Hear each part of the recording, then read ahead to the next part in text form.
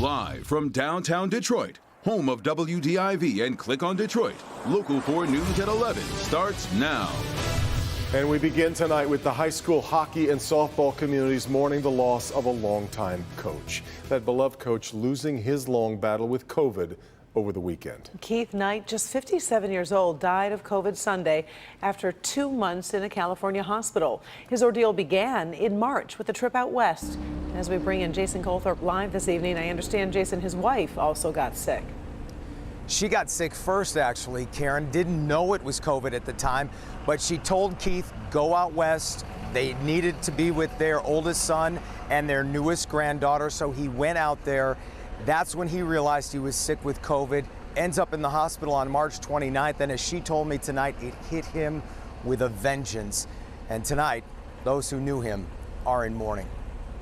There was a mighty big absence in the Ford Falcons dugout tonight, the entire season, actually. He's been, more than a coach, he's a friend, and losing a friend is hard. Keith Knight assisted Matt Joseph on the softball field, and like every sport he coached, he made a difference. The big thing that I remember about him is his work ethic.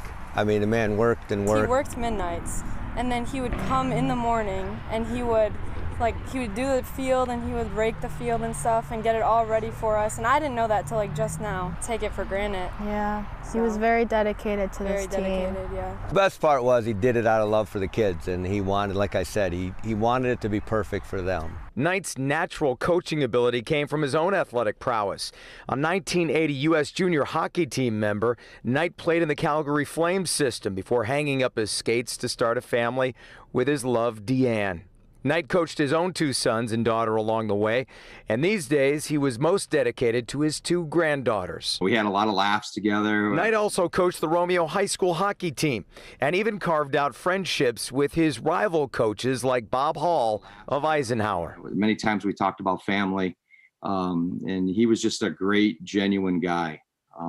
And high school hockey is lost a very good coach. With condolences pouring in from former players, his current ones are feeling his loss too. Like ever since he passed, I didn't think I could ever step on the field again.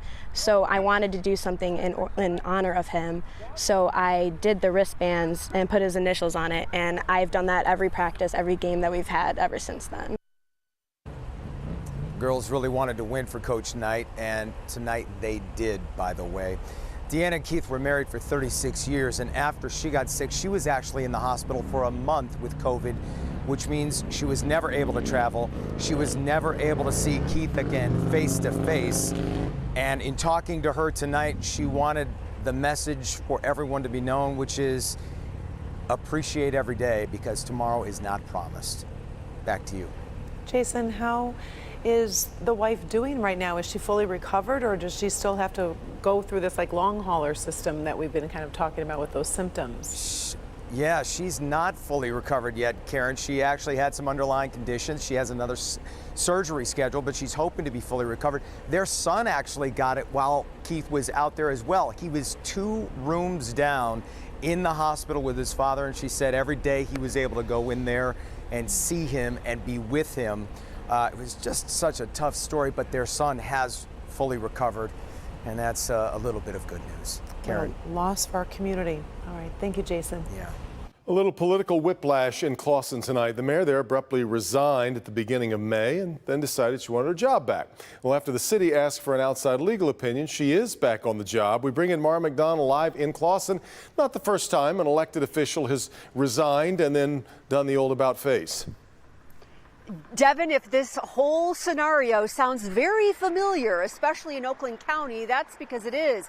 Back in 2019, after L. Brooks Patterson died, Oakland County Commissioner Dave Woodward resigned from the county commission with the anticipation that he could maneuver and be appointed as county executive. Well, when that didn't turn out, he then immediately rescinded his resignation, returned to the Board of Commissioners. He's the chair of the Board of Commissioners today. This was Mayor Reese Scripture on May 4th.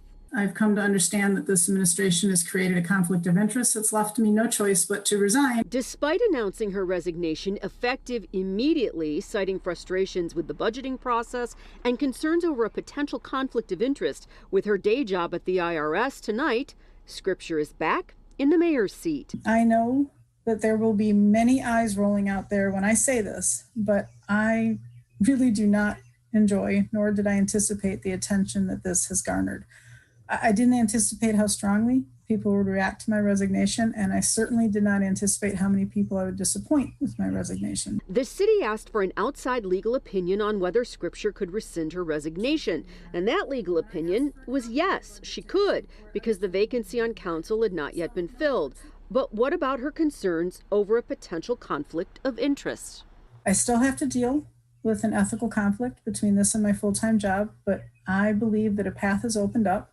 It was not evident before. I do need to consult with the city attorney before I speak further on that, but I do believe there is a solution.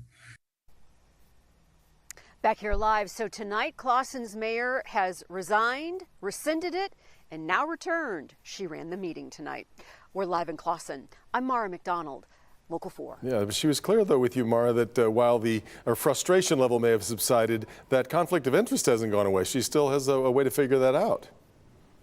She says that she needs to talk to the city attorney about it, but that some sort of path that she's not willing to discuss right now until she discusses it with him has appeared. What that path is and exactly what the issue is, I guess we'll see. Really interesting turn. Yeah, all right, Mara. Let's look at tonight's coronavirus headlines. Some restrictions are lifted as Michigan moves toward lifting all restrictions next month. As of today, there is no capacity limit for outdoor gatherings. There is a 50% limit for indoor gatherings, and bars and restaurants can stay open later. That comes as the state's infection rate, hospitalizations, and positive test rate all continue to drop. The number of new cases last week was the lowest weekly total in 36 weeks. Michigan reports 862 new cases and 13 additional deaths over the last 3 days. That's an average of 287 new cases a day. State Board of Canvassers voting unanimously today to reject recall efforts against both Governor Whitmer and Attorney General Dana Nessel. The recall petition was submitted back on May 14th, alleging that the governor continued a state of emergency without legislative approval. But the board voted 4-0 to reject that petition. But we'll point out it's just one of many attempting to remove the governor from office. Proposed changes to Detroit's charter may now end up going on the August primary ballot. The state Supreme Court ruled to expedite a Court of Appeals hearing to determine the validity of the charter proposal. It comes after a circuit court ruling last week to take the proposal off the ballot because Governor Whitmer did not approve it. The Detroit Charter Commission expects a ruling before the end of the week because the city is sending ballots to be printed on Friday. There's a new man leading the Detroit Police Department following the retirement of James Craig. Today, James White officially took over as the interim chief and says he is making gun violence a priority that the department has to address. We're going to target hot spots, absolutely. We need the community's support. We need the community's help.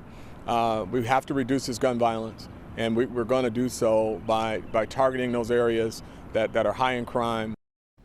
Board of Police Commissioners is now working with a search firm to try to find the city's next permanent police chief. Under the city's charter, Mayor Duggan has to appoint one of the candidates picked from the board, who also must be confirmed by members of City Council. An East Point high school student is in custody tonight after stabbing a classmate. This happened around 10 this morning at the school. Police say the 15-year-old suspect stabbed another student in the torso multiple times.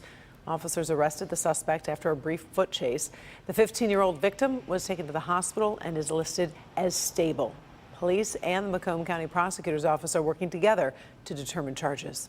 President Biden visiting Tulsa, Oklahoma today to mark the 100th anniversary of the Tulsa Race Massacre. This was not a riot. This was a massacre, among the worst in our history, but not the only one.